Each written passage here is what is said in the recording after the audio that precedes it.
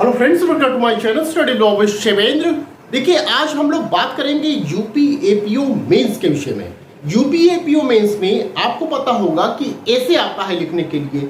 यहाँ पर आपसे 3 ऐसे पूछे जाते हैं। ठीक है, आप पिछले साल का पेपर उठा के देख लीजिएगा।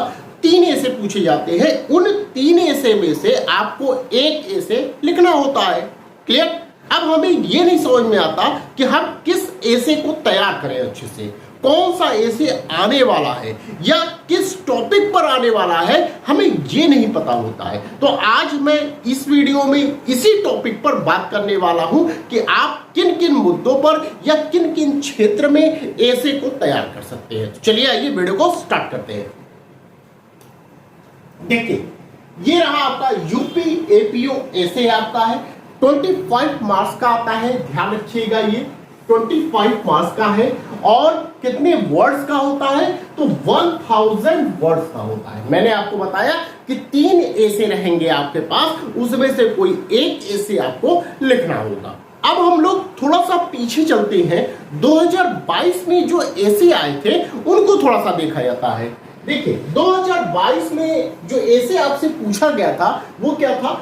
ग्लोबल वार्मिंग के विषय में पूछा गया था, वर्तमान शिक्षा पद्धति के गुण दोष के विषय में पूछा गया था और भ्रष्टाचार एक वैश्विक दीमक है, इसके विषय में पूछा गया था। तो इससे क्या स्पष्ट हो रहा है? इससे ये स्पष्ट हो रहा है कि पहला आपका ऐसे किस पर होगा, ये एनवायरमेंट पे पूछा जाता है। दूसरा ऐसे किस पे होता है, ये एजुकेशन पे पूछा जाता है, शिक्षा पे पूछा जाता है। और तीसरा आपका ऐसे होता है जो कि सोशल इशू पे पूछा जाता है। ठीक है, इसमें से कोई भी मैटर आपसे पूछा जा सकता है। अब यहां यह ध्यान रखिए, चूंकि 2022 में ग्लोबल वार्मिंग से संबंधित ऐसे पूछा जा चुका है, तो अब संभावनाएं कम है कि 2026 में आपसे ग्लोबल वार्मिंग से आपका ऐसे पूछा जाए। ठीक है, यहां अब और कुछ और चीजों को पूछा जा सकता है। ठीक है, जो आपदा से संबंधित चीजें हैं उनसे संबंधित यहाँ पे चीजों को पूछा जा सकता है। ठीक है, तो आप कुछ टॉपिक मैं बता रहा हूं आपको कि ऐसे में आप क्या क्या तैयार कर सकते हैं। ठीक, आइए, पहली चीज, आप शिक्षा से संबंधित मैटर को तैयार कर सकते हैं। तैयार करने का मतलब ये है कि 1-2 बार आप पढ़ेंगे तो आपके दिमाग में ये बैठ जाएगा कि हाँ ये चीजें हमें ये तैयार करना है। उसमें भी कोशिश करिए कि आप हेडिंग वाइज तैयार कर लीजिए।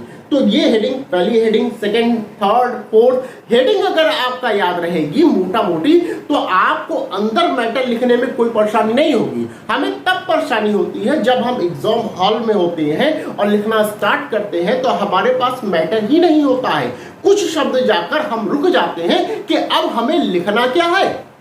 समझ रहे बात? या हमारे पास मैटर तो बहुत है मगर वो क्रमबद्ध हम कैसे लिखेंगे, यही हमें नहीं तरीका पता होता है। तो एक क्रमबद्धता आपकी होनी अत्यंत आवश्यक है, ये ध्यान रखिएगा। तो शिक्षा हो गया, दूसरा पर्यावरण, संसाधन प्रबंधन, आपदा प्रबंधन, ये सब हो गए। ये किस पे है? ये एनवायरमेंट से संबंधित है। आपदा प्रबंधन कई जगहों पर आया हुआ है, आपको भी पता है। तो आपदा प्रबंधन से एक मैटर आप यहाँ पर तैयार कर सकते हैं। ठीक है, नेक्स्ट है राजनीति वर्सेस धर्म से संबंधित आपका ऐसे पूछा जा सकता है, जो कि इस समय ज्यादा हाईलाइट चल रहा है। नेक्स्ट, सामाजिक समस्याएं, यहाँ पे क्या है? गरीबी, कृषि, ग्रामीण, शहरी, महिला सुरक्षा, आतंकवाद, नक्सलवाद। अगर आप मुझसे पूछते हैं कि मैं क्या तैयार करके जाता, तो मैं सबसे पहले क्या तैयार करता? महिला सुरक्षा के विषय में तैयार करता। ठीक है, क्योंकि महिलाओं से संबंधित यहाँ पे चीजों को ज्यादा पूछा जाएगा। और 2026 में जो आपका पेपर आएगा वहां देखिएगा 100% आपका महिलाओं से संबंधित एक न एक ऐसे तो जरूर पूछा जाएगा। वो किसी भी माध्यम से या घुमा फिरा के पूछे, मगर महिलाओं से संबंधित एक ऐसे तो जरूर पूछेंगे। तो महिला सुरक्षा से संबंधित आप ऐसे को तैयार कर सकते हैं। आतंकवाद, जो कि फेवरेट आपका ऐसे होता है ये एग्जामिनर्स का, कि आतंकवाद, नक्सलवाद ये पुराने समय से चला आ रहा है और आज भी चला आ रहा है। क्योंकि देखिए, विगत कुछ महीनों में यहाँ पर हमला हुआ है, आतंकवादियों का हमला हुआ है। ठीक है, आप जानते होंगे। तो आतंकवाद से संबंधित जो मैटर है वो भी आप तैयार कर लीजिएगा। नक्सलवाद हो गया, ये मैटर तैयार कर लीजिएगा। महिला सुरक्षा हो गया, ये आप तैयार कर लीजिएगा। ये सब मैटर जो है ना वेरी वेरी इंपॉर्टेंट है। आपको चूंकि एक ही ए से लिखना है, ये ध्यान रखिएगा, ठीक है। नारी सशक्तिकरण वेरी वेरी इंपॉर्टेंट, महिला सुरक्षा हो गया, नारी सशक्तिकरण हो गया, ये दो टॉपिक आप 100% तैयार कर लीजिए। पूरा प्रोफार्मा बना लीजिए कि हमें कैसे कैसे लिखना है, इंट्रो कैसे लिखना है, फिर कैसे बीच में लिखना है, फिर कंक्लूजन कैसे देना है, ये सभी चीजें आप पूरा क्रमबद्ध तैयार कर लीजिए। यहां देखिए एक बात ये भी होती है कि एक टॉपिक अगर आप तैयार करेंगे तो दूसरा टॉपिक भी उसी के सहारे आप लिख सकते हैं। जैसे महिला से संबंधित दो हो गया आपके पास, पहला ये हो गया महिला सुरक्षा और दूसरा ये हो गया नारी सशक्तिकरण, ठीक है।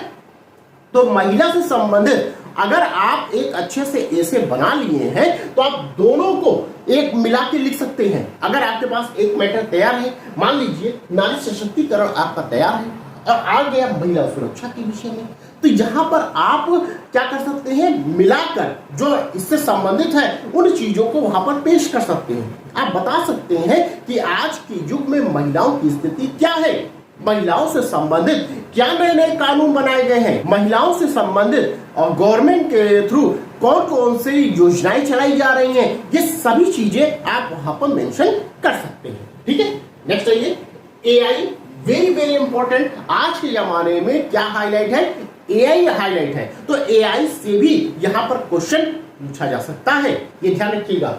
फिर है विज्ञान और प्रौद्योगिकी से संबंधित क्वेश्चन आ सकता है, सौर ऊर्जा से आ सकता है, नवीकरणीय से भी क्वेश्चन पूछा जा सकता है, तो यहां अलर्ट रहिएगा। नेक्स्ट आइए, साहित्य से संबंधित पूछा जा सकता है, इसमें कौन होंगे, गांधी जी हो सकते हैं, बाबा अंबेडकर जी हो सकते हैं, नेहरू जी हो सकते हैं, इन लोगों से संबंधित आपका ऐसे ही पूछा जा सकता है, ठीक है। लास्ट में आपका धर्म से भी संबंधित यहां पर ऐसे पूछा जा सकता है। तो आप कुल मिला के एक काम खाली करिएगा, कम से कम महिला से संबंधित ये आपका ऐसे 100% तैयार होना चाहिए, ठीक है। दूसरा, आतंकवाद नक्सलवाद से संबंधित आपका ऐसे तैयार होना चाहिए, वेरी वेरी इंपॉर्टेंट है, ये ध्यान रखिएगा। राजनीति धर्म से संबंधित एक ऐसे आप तैयार कर लीजिए, ठीक है। कुछ ऐसे आप ऐसा तैयार करिए कि जब आ जाए क्वेश्चन पूछा तो आप लिखना स्टार्ट करिए, आपका प्रोफार्मा तैयार रहे पहले से कि हमें ये चीजें लिखनी है, क्योंकि टाइम उतना नहीं होता है कि आप बहुत ज्यादा सोच विचार में रहें कि हमें कैसे लिखना है। आप पहले से तैयार किए रहेंगे प्रोफार्मा तो ही आप लिख सकते हैं। तो मोटी मोटी हेडिंग जो है वो आप याद रखिए कि हमें ये लिखना है, ये लिखना है, ये लिखना है, ठीक है। हमारी ये हेडिंग है, नंबर 1, नंबर 2 ये है, नंबर 3 ये है, नंबर 4 ये है, ये मोटे मोटे आपका हेडिंग है। और इस हेडिंग में अब क्या लिखना है वो बात की बात है, ठीक है। वो तो बाद में आप लिख लेंगे, एक दो बार पढ़ेंगे तो आपके दिमाग में रहेगा, लेकिन आपको ये तो पता हो कि भाई नंबर 1 में हमें क्या लिखना है, फिर 2 में क्या लिखना है, 3 में क्या लिखना है, ये तो पता होना चाहिए। तो ये मोटी वाली जो हेडिंग है यही याद दिलाती है कि भैया इस टॉपिक पर अब इसमें लिखना है आपको, फिर सेकंड टॉपिक आएगा इसमें अब आपको ये लिखना है। क्लियर, बात समझ में आ रही है। तो ये आपका ए से पूरा है। और इससे संबंधित यूपी एपीओ से संबंधित अगर कहीं भी कोई भी समस्या हो रही है, आप मुझे मैसेज कर सकते हैं कि इस टॉपिक पे मुझे समस्या हो रही है, तो मैं कोशिश करूंगा कि उस समस्या का समाधान कर सकूं। मैं आप लोगों के लिए जो यूपी एपीओ में 16 माइनर एक्ट आते हैं उसको भी मैं पढ़ रहा हूं, ठीक है। 16 माइनर एक्ट जो है उनको मैं पढ़ा रहा हूं। यदि आपको 16 माइनर एक्ट की क्लास ज्वाइन करना है तो आप मुझे बताए गए नंबर पे कॉल कर सकते हैं, व्हाट्सएप कर सकते हैं और क्लास को ज्वाइन कर सकते हैं। साथ ही साथ ये हमारा टेलीग्राम ग्रुप है शिवेन लॉ स्टडी के नाम से, इसको भी आप ज्वाइन कर सकते हैं। हमें अभी यूपी एपीओ मेंस में जो आपके 5 लोकल एक्ट हैं उनको मैं पढ़ा रहा हूं। इससे पहले मैं लगभग 6 या 7 एक्ट पढ़ा चुका हूं, ये ध्यान रखिएगा। अब यूपी लोकल एक्ट का मैं स्टार्ट किया हूं। तो यदि आपको लगता है कि मुझे 16 माइनर एक्ट नहीं पढ़ना है, सिर्फ यूपी का जो लोकल एक्ट है, 5 लोकल एक्ट है वही खाली पढ़ना है, तो सिर्फ आप 5 लोकल एक्ट जो है वही आप मुझसे मेरी क्लास ज्वाइन करके पढ़ सकते हैं। या आपको 16 माइनर एक्ट में लग रहा है कि मुझे सिर्फ 2-3 क्लास पढ़ना है, ठीक, या 2-3 पेपर पढ़ना है मुझे, तो वो भी आप पेपर लेके आप मुझसे पढ़ सकते हैं, ठीक है। अधिक जानकारी के लिए आप मुझे कॉल कर सकते हैं, व्हाट्सएप कर सकते हैं। तो जल्द से जल्द क्लास को ज्वाइन करिए और अपनी पढ़ाई में लग जाइए। तो बस आज के लिए इतना ही, फिर मिलते हैं नेक्स्ट वीडियो में। Thank you.